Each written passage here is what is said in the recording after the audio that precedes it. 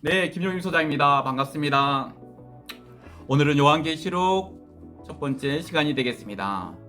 많은 이들이 요한계시록을 제대로 이해하지 못함으로 인해서 여러 가지 미혹에 빠지기도 하고, 누군가가 요한계시록을 통해서 설명하면 크리스찬인데도 불구하고 그 혼란스러워하는 부분들이 너무 많은 것 같습니다. 그래서 요한계시록, 특별히 이제 비유해드리는 특별한 몇 가지를 들어서 제가 요한계시록은 어떤 배경으로 쓰여져 있고 왜 우리가 요한계시록을 잘 알아야 되는지 또 설명해 드리도록 하겠습니다.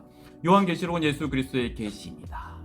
주제는 예수 그리스도 재림, 그리고 도래할 천국, 성도된 하나님의 나라된 우리 교회가 영원한 천국으로 완성되는 내용이 바로 요한계시록이 되겠습니다. 성령님께서 암모섬에 유배가 있는 사도 요한을 통해서 소아시아 7교회에게 보낸 서신입니다. 당시 시대적 배경을 먼저 보도록 하겠습니다. 로마의 압제로 초대교회는 너무나 심각한 그런 고통과 핍박을 받는 시기였습니다. 죽임당하는 그러한 아픔의 시기였습니다. 초대교회에 보낸 서신은 곧 오늘 우리 교회 가운데 주시는 하나님의 약속이요, 또 우리 가운데 주시는 하나님의 은혜인 것입니다. 하나님의 약속은 반드시 이루어질 것이다. 하나님의 교회는 예수 그리스도를 통해서 반드시 천국으로 완성될 것이다. 하나님 나라의 완성을 하나님께서 반드시 이루실 것이다. 그 면류관, 그 영광의 면류관을 우리 교회가 반드시 받을 것이다 라고 하는 약속이 이 요한계시록 책에 담겨져 있는 핵심입니다.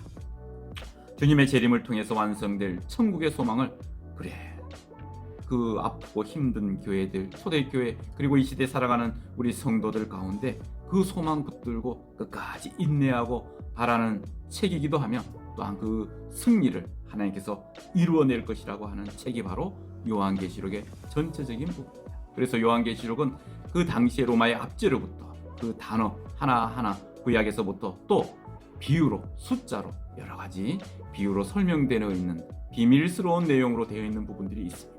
성경에 보면, 특별히 요한계시록에 보면 1260일, 한때, 두때, 반때, 3년 6개월, 42개월 이런 표현이 나옵니다.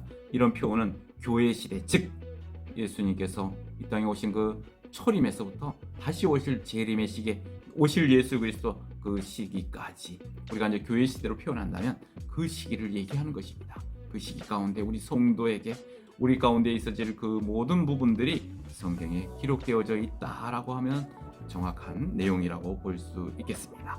그리고 24장로, 14만 4천, 셀 수 없는 무리, 여인, 성전, 승리자들, 그리고 어린 양의 신부 등으로 표현된 이 부분은 바로 하나님의 존귀한 교회, 우리 성도들을 표현하는 그런 비유가 되겠습니다. 예수 그리스도, 성부, 성자, 성령 하나님의 대척점에 있는 사단, 마귀, 그리고 적그리스도, 이런 표현들, 용, 그리고 바다에서 올라오는 짐승, 땅에서 올라오는 짐승, 이러한 표현들, 숫자로는 666으로 표현되는 부분이 있습니다. 이는 하나님의 대척점에 있는, 그래서 완성의 7, 성부, 성자, 성령 하나님과 대척점에 있는 사단, 마귀, 특별히 용이나 짐승으로 표현되어 있는 적그리스도의 총체적인 단어, 그 수를 숫자적으로 666으로 표현한다는 사실입니다. 그러려면 요한계시록에 있는 말씀을 통해서 이 부분을 확인해 드리도록 하겠습니다. 요한계시록 13장 16절 말씀입니다. 그가 모든 자 곧 작은 자나 큰 자나 부자나 가난한 자나 자유인이나 종들에게 그 오른손이나 이마에 표를 받게 하고, 누구든지 이 표를 가진 자 외에는 매매를 못하게 하니, 이 표는 곧 짐승의 이름이나 그 이름의 순이라. 지혜가 여기 있으니 총명한 자는 그 짐승의 수를 세어보라. 그것은 사람의 수니 그의 수는 666이니라.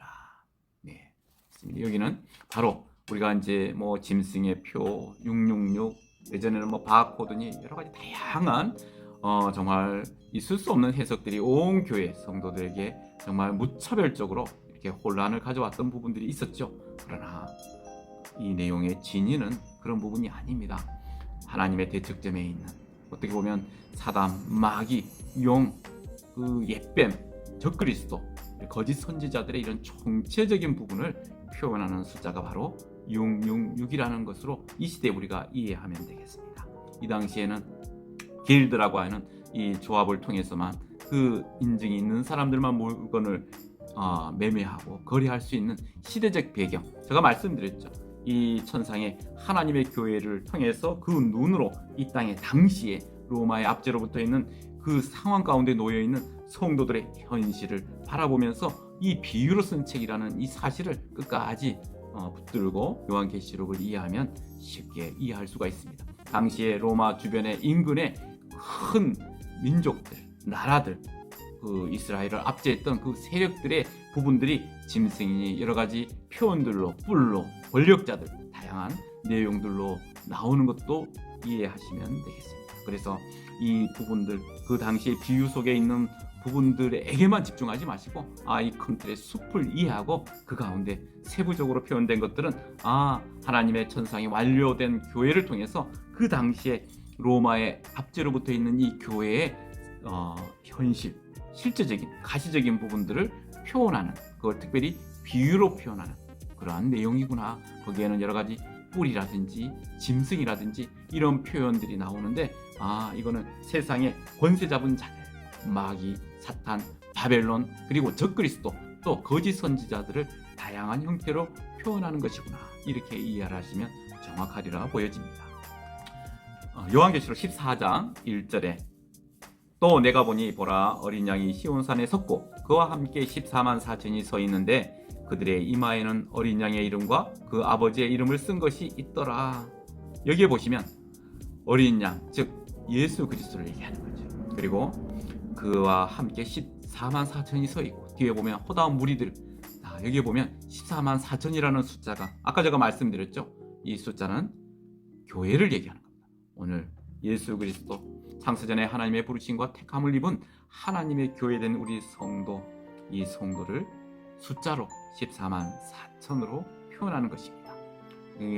문자 그대로 14만 4천 명으로 이렇게 이해를 하시면 안 된다라고 하는 부분입니다. 그리고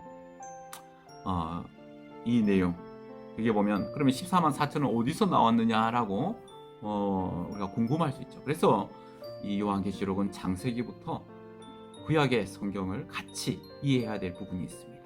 그래야 정확하게 이 말씀의 진위를 알 수가 있는데 구약에 보면 이스라엘의 12지파가 나오죠. 야곱의 그 12아들들을 통한 12지파, 이스라엘로 하나님이 칭하시고 12지파로 칭하시죠. 그때 12지파. 그리고 신약에서는 예수 그리스도를 통해서 12제자가 나옵니다. 그래서 12제자, 그래서 12 곱하기 12 곱하기 1000을 하면 14만 4천이 되는데, 그러면 1000은 또 무엇인가? 그렇죠. 1000은 전체를 얘기할 때 그 전체라는 표현을 비유로 1000이라는 단어를 사용합니다. 그래서 1000 하면 14만 4천, 즉 하나님으로부터 구원받은 교회라는 뜻을 내포하고 있습니다. 오늘 제가 간단하게 표현을 했는데요. 이렇게 요한계시록을 전체적으로 이 큰 틀을 이해하고 그 안에 담겨진 내용, 하나님의 천상의 교회를 통해서 이 땅의 가시적인 교회를 설명하기 위해서 특별히 비유로 비밀스럽게 성경에 기록을 하셨구나. 이 내용을 이해하면 누군가가 와서 요한계시록의 어느 부분을 가지고 이거다 라고 할 때 혼란스럽지 않고 중심을 잡고 하나님의 말씀 가운데 서 있을 수 있습니다. 이것이 바로 은혜인 것입니다. 그러면 다음 시간에는 또 요한계시록의 중요한 부분들로 찾아뵙겠습니다. 감사합니다. 승리하십시오.